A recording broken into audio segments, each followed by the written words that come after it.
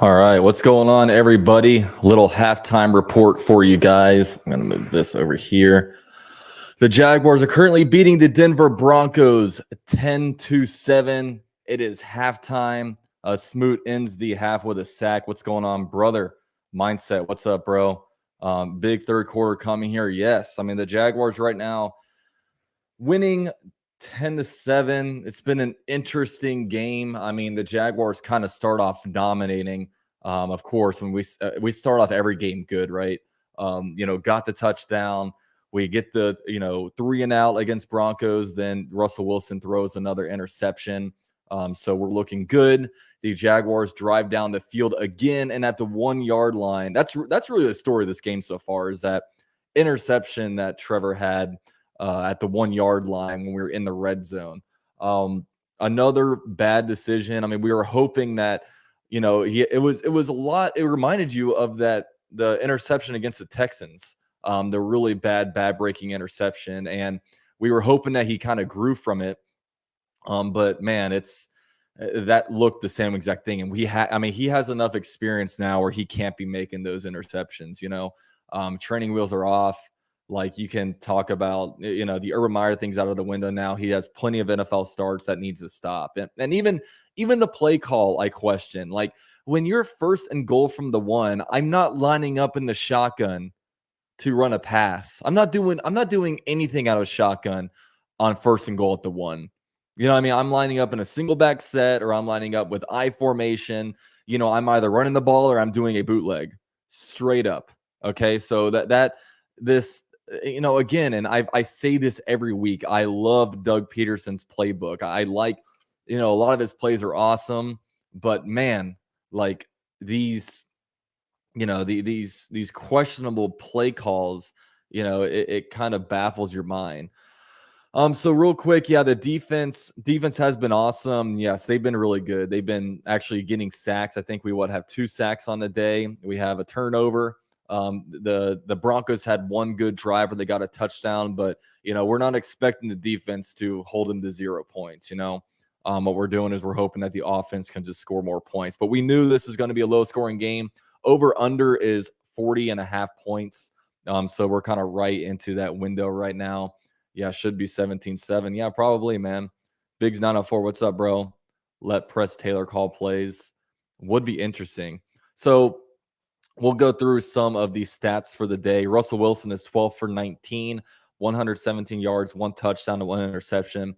He started off pretty bad, although he's been getting a little bit better in the second quarter. Melvin Ingram, 5 rushes for 24 yards. Latavius Murray, 5 rushes for 12 yards. So once again, we're stout in the run. Jerry Jeudy has been their wide receiver so far. 5 receptions, 58 yards, 1 touchdown. That's the guy that we have to stop. Trevor Lawrence so far, I mean, like I said, he started off good, but now he's slowing down. I mean, 11 for 19, 80 yards, 1 touchdown, and 1 really bad interception. We need a big second half from Trevor Lawrence, no doubt about it.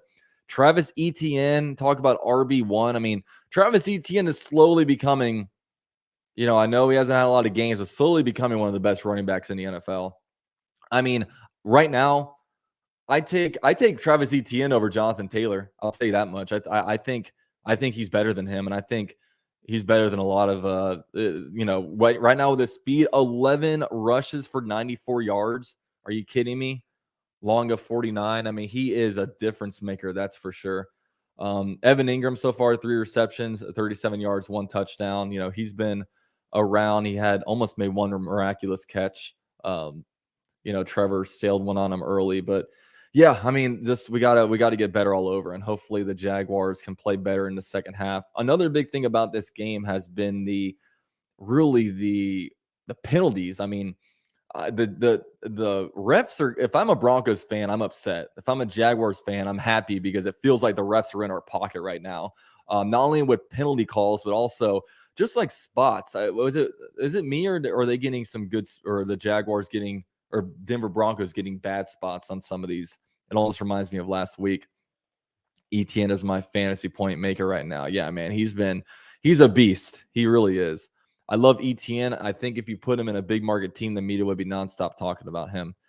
Yeah, and he's been really good for us, and he's electric with the ball. He's just I feel like he's getting better every week, and he has that speed. He's getting better vision. So I mean, all of that has been pretty good. So some team stats: Jaguars had the ball for 16-30. We have 14 first downs versus the Broncos 8. 2 for 5 on third down conversions. Denver's 1 for 6. Average. I'm trying to find the penalties. Return yards, kicking. Okay, I don't have penalties on here. That's interesting.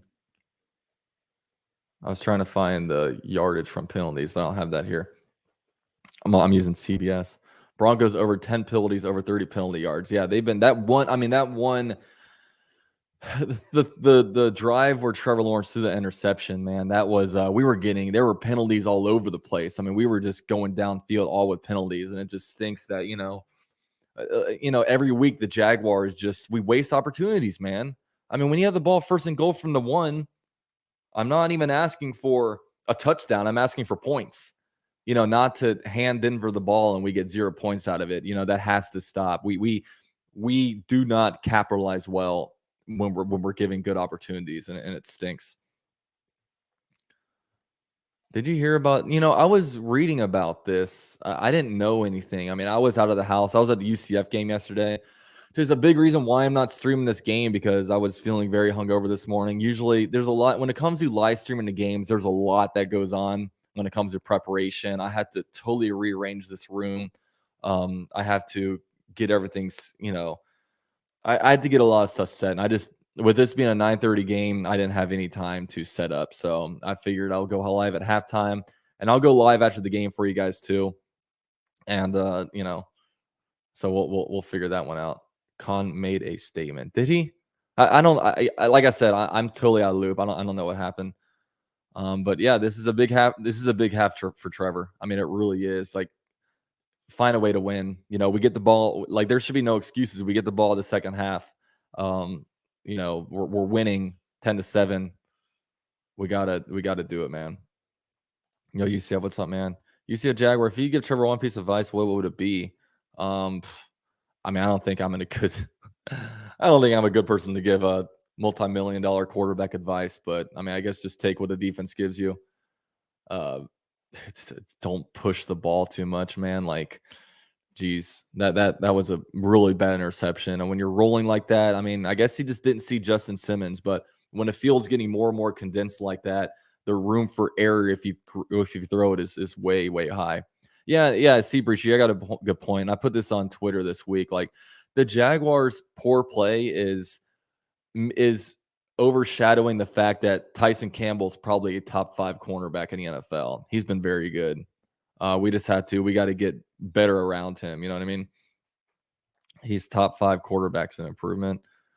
You think we go wide receiver, cornerback? Dude, honestly, man, we showed so much love to the defense in past drafts. Like, we had to finally show some love to the offense. We're getting that wide receiver. All these people are talking about, we need to trade for one. We need to sign one. No, you draft your guy. Go get your Jamar Chase. Go get your Justin Jefferson. It's time for the Jaguars to draft their dude. And I think that takes our offense to the next level. Yeah, Tyson has elite coverage, one of the best corners in the league. Yeah, and he has the Campbell we got is out. What? We need a receiver in this draft. Yeah, that I'm hearing the TCU guys pretty good. Tyson Campbell is a stud. I hope he makes the Pro Bowl this year. By the way, 187 people in here. Please drop your likes for me. It helps out the channel. We just hit 15,000 subscribers. Are you kidding me? For a channel that produces only Jaguars content, I think that's pretty cool. We're very niche community here. Okay, niche. I don't know what the word for it is. Hayes plays. T-Law is not a bad QB at all. He just getting all the tweaks out. He should have last year with Meyer. Yeah, that's the thing. A lot of Trevor Lawrence is mental. Just don't do this, don't do that. Like, I think he'll be fine. And of course, he has to work on the deep stuff. But that touchdown throw to in the corner of the end zone to Evan Ingram. I mean, that's a throw that he misses a lot, and he made that throw today. So that's good. We just had to. It just stinks because when Trevor Lawrence is high, he's so high, but when he's low, he can't get out of his own way. So 15,000, congrats, man. Thank you. The Jaguars get the ball in the second half. So yeah. Time to produce that UCF football content. No, I mean, it's funny, even on Twitter, like I don't tweet anything about UCF because I have if I tweet anything about UCF, I just have Gator fans trolling me. So I'm really like, the Jaguars are my market and I just stick to Jaguar stuff. And I also don't know enough about college or UCF to really be making, like content like that. Not happy with our record, but I'm happy we have stayed competitive in every game. Yeah, I feel that, man. I feel that. It's definitely a step up. It's just, dude, like when you have 5 games decided by one possession, I mean, you have to win at least what, 2 of those. You have to split these one possession games. We can't just keep inventing ways to lose. You're my favorite Jags creator. Keep up the good work. Much love. Appreciate that, man. Appreciate that. You guys are my favorite Jags fans. Cam Robinson has been great today. I was also a Clemson fan, so this is funny. Interesting. I hope they close the game with a W. Really can't. You know, it stinks. I was telling my dad this. Like, if we win one of those games that we lost, right now we're 3-4, and if we win this game, we're 500. You know, I mean, that would be such a better position to be in. But you know, whatever. We had to take it week by week at this point. Cam Robinson over there bullying people. Yes. Was Justin Blackman our last wide receiver we drafted in the first round? I believe so. We haven't drafted many wide receivers in the first round. I know Mike Williams was a guy. I think that's it, right? I mean, RJ Soward, if you're going way back. We just had to figure out how to score touchdowns in the red zone. Hey, UCF, I think we should trade for Jerry Jeudy or Chase Claypool before the deadline. Yeah, but at this point where the Jaguars are, like, you know, I don't know. Like, because if you're the thing is, you have to figure out like this. If you're like, would you draft Jerry Jeudy knowing him? Would you draft him in the second round knowing the Jaguars going to have a high second round pick? Would you draft him there if he's like available with 2 years left on his contract? I'd probably go after my own wide receiver because look, Chase Claypool was a second round pick. Some of these guys, like, you get good receivers go really in the first 2 rounds, even 3 rounds, the NFL draft. So I think that's kind of a knee-jerk move. I probably wouldn't do it. Like I said, man, let's draft our own wide receiver. Let's stop going after other players' guys. Let's get our own guy. Al Robinson was a second rounder. Chark was second. Yeah, like most of our guys we got in the second. So I wonder, is this game almost on?